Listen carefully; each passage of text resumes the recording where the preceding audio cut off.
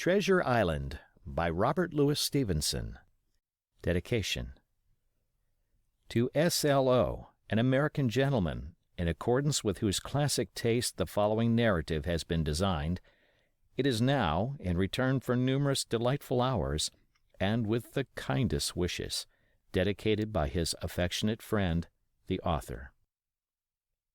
To the hesitating purchaser. If sailor tales to sailor tunes, storm and adventure, heat and cold, if schooners, islands, and maroons, and buccaneers and buried gold, and all the old romance retold exactly in the ancient way, can please, as me they pleased of old, the wiser youngsters of today, so be it, and fall on! If not, if studious youth no longer crave, his ancient appetites forgot, Kingston, or Ballantyne the brave, or Cooper of the Wood and Wave, so be it also, and may I and all my pirates share the grave where these and their creations lie. Treasure Island. Part 1. The Old Buccaneer. Chapter 1. The Old Sea Dog at the Admiral Benbow.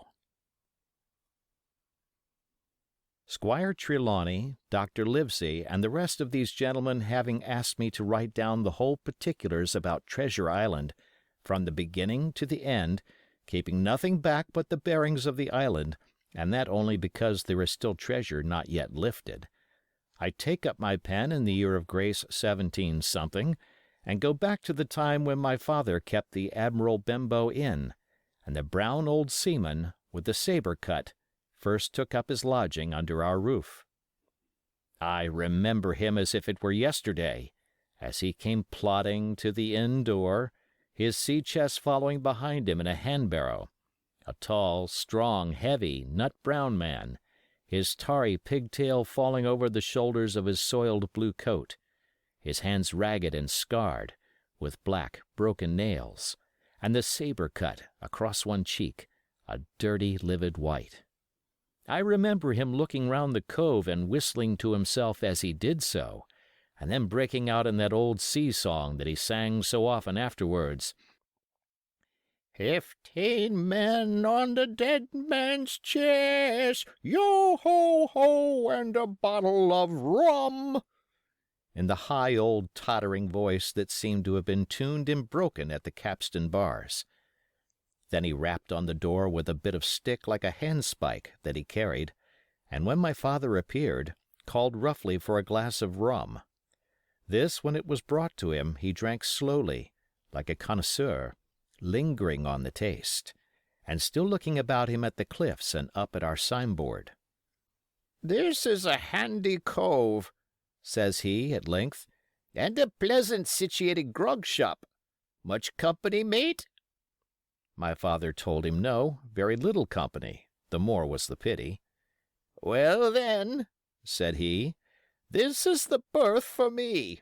Here, you matey," he cried to the man who trundled the barrow, "bring up alongside and help up my chest. I'll stay here a bit," he continued. "I'm a plain man. Rum and bacon and eggs is what I want, and that head up there for to watch ships off. What you might call me? You might call me Captain. Oh, I see what you're at there." And he threw down 3 or 4 gold pieces on the threshold. "You can tell me when I've worked through that," says he, looking as fierce as a commander. And indeed, bad as his clothes were, and coarsely as he spoke, he had none of the appearance of a man who sailed before the mast, but seemed like a mate or skipper, accustomed to be obeyed or to strike.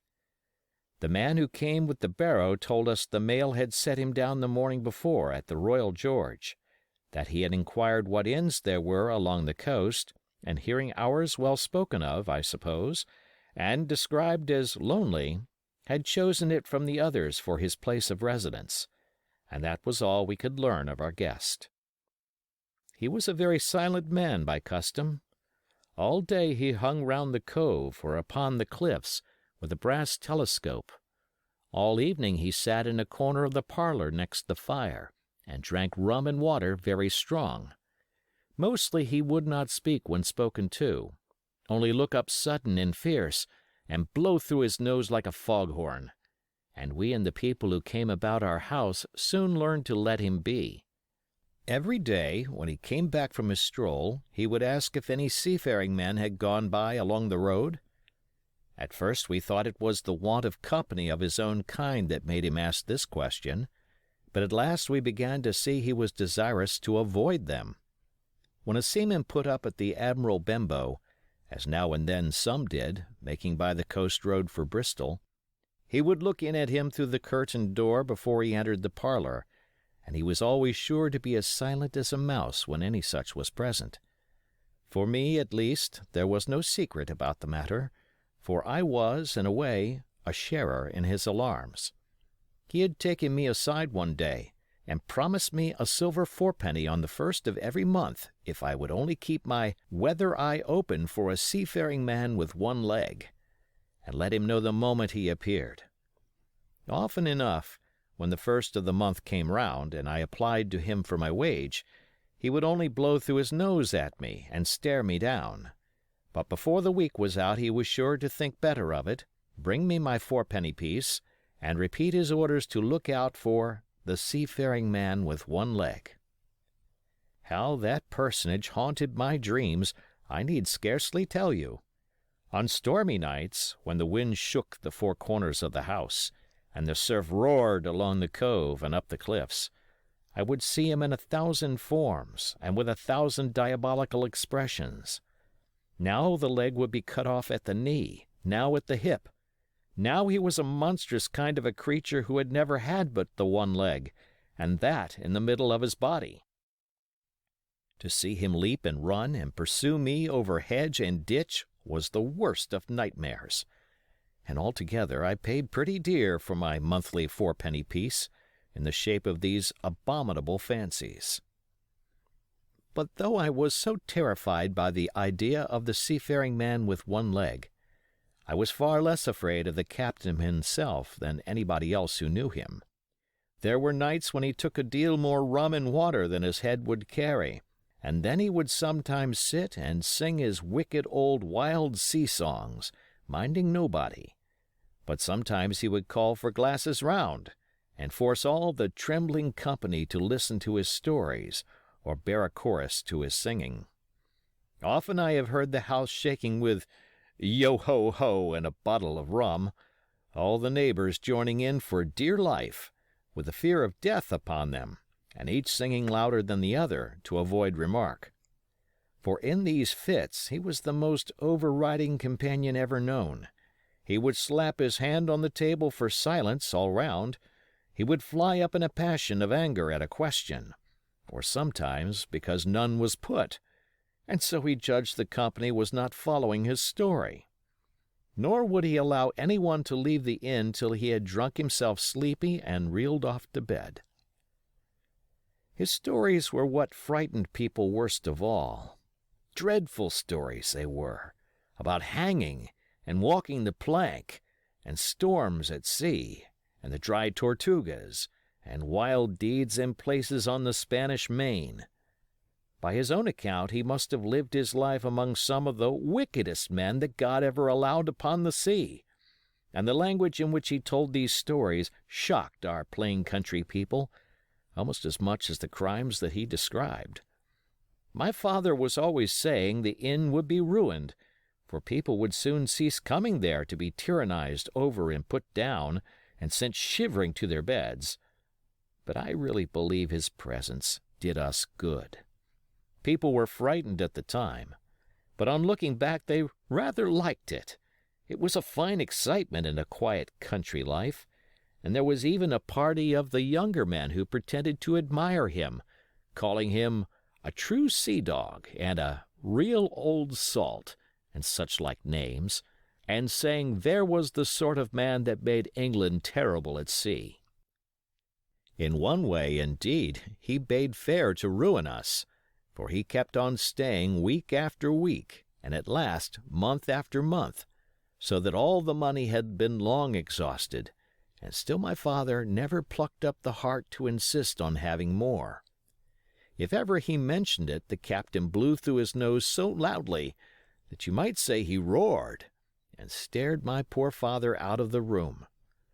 I have seen him wringing his hands after such a rebuff, and I am sure the annoyance and the terror he lived in must have greatly hastened his early and unhappy death. All the time he lived with us the captain made no change whatever in his dress but to buy some stockings from a hawker. One of the cocks of his hat having fallen down, he let it hang from that day forth, though it was a great annoyance when it blew. I remember the appearance of his coat, which he patched himself upstairs in his room, and which, before the end, was nothing but patches. He never wrote or received a letter, and he never spoke with any but the neighbors, and with these, for the most part, only when drunk on rum. The great sea chest none of us had ever seen open. He was only once crossed, and that was towards the end, when my poor father was far gone in a decline that took him off. Dr. Livesey came late one afternoon to see the patient, took a bit of dinner for my mother, and went into the parlor to smoke a pipe until his horse should come down from the hamlet, for we had no stabling at the old Benbow. I followed him in, and I remember observing the contrast the neat, bright doctor, with his powder as white as snow, and his bright black eyes and pleasant manners, made with the coltish country folk, and above all, with that filthy, heavy, bleared scarecrow of a pirate of ours, sitting, far gone in rum, with his arms on the table.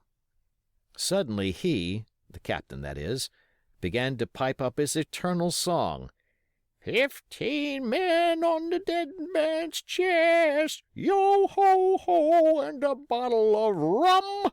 Drink, and the devil have done for the rest, yo-ho-ho, and a bottle of rum. At first I had supposed the dead man's chest to be that identical big box of his upstairs in the front room, and the thought had been mingled in my nightmares with that of the one-legged seafaring man. But by this time we had all long ceased to pay any particular notice to the song. It was new that night to nobody but Dr. Livesey, and on him I observed it did not produce an agreeable effect, for he looked up for a moment quite angrily before he went on with his talk to old Taylor, the gardener, on a new cure for the rheumatics. In the meantime, the captain gradually brightened up at his own music, and at last flapped his hand upon the table before him in a way we all knew to mean, "Silence!" The voices stopped at once, all but Dr. Livesey's. He went on as before, speaking clear and kind, and drawing briskly at his pipe between every word or two. The captain glared at him for a while, flapped his hand again, glared still harder, and at last broke out with a villainous low oath. "Silence there between decks!" "Were you addressing me, sir?" says the doctor, and when the ruffian had told him, with another oath, that this was so, "I have only one thing to say to you, sir," replies the doctor, "that if you keep on drinking rum, the world will soon be quit of a very dirty scoundrel." The old fellow's fury was awful. He sprang to his feet, drew and opened a sailor's clasp knife, and balancing it open on the palm of his hand, threatened to pin the doctor to the wall. The doctor never so much as moved. He spoke to him as before over his shoulder and in the same tone of voice, rather high, so that all the room might hear, but perfectly calm and steady. "If you do not put that knife this instant in your pocket, I promise, upon my honor, you shall hang at the next assizes." Then followed a battle of looks between them, but the captain soon knuckled under, put up his weapon, and resumed his seat, grumbling like a beaten dog. "And now, sir," continued the doctor, "since I now know that there's such a fellow in my district, you may count I'll have an eye upon you day and night. I'm not a doctor only, I'm a magistrate, and if I catch a breath of complaint against you, if it's only for a piece of incivility like tonight's, I'll take effectual means to have you hunted down and routed out of this. Let that suffice." Soon after, Dr. Livesey's horse came to the door, and he rode away, but the captain held his peace that evening, and for many evenings to come. End of chapter.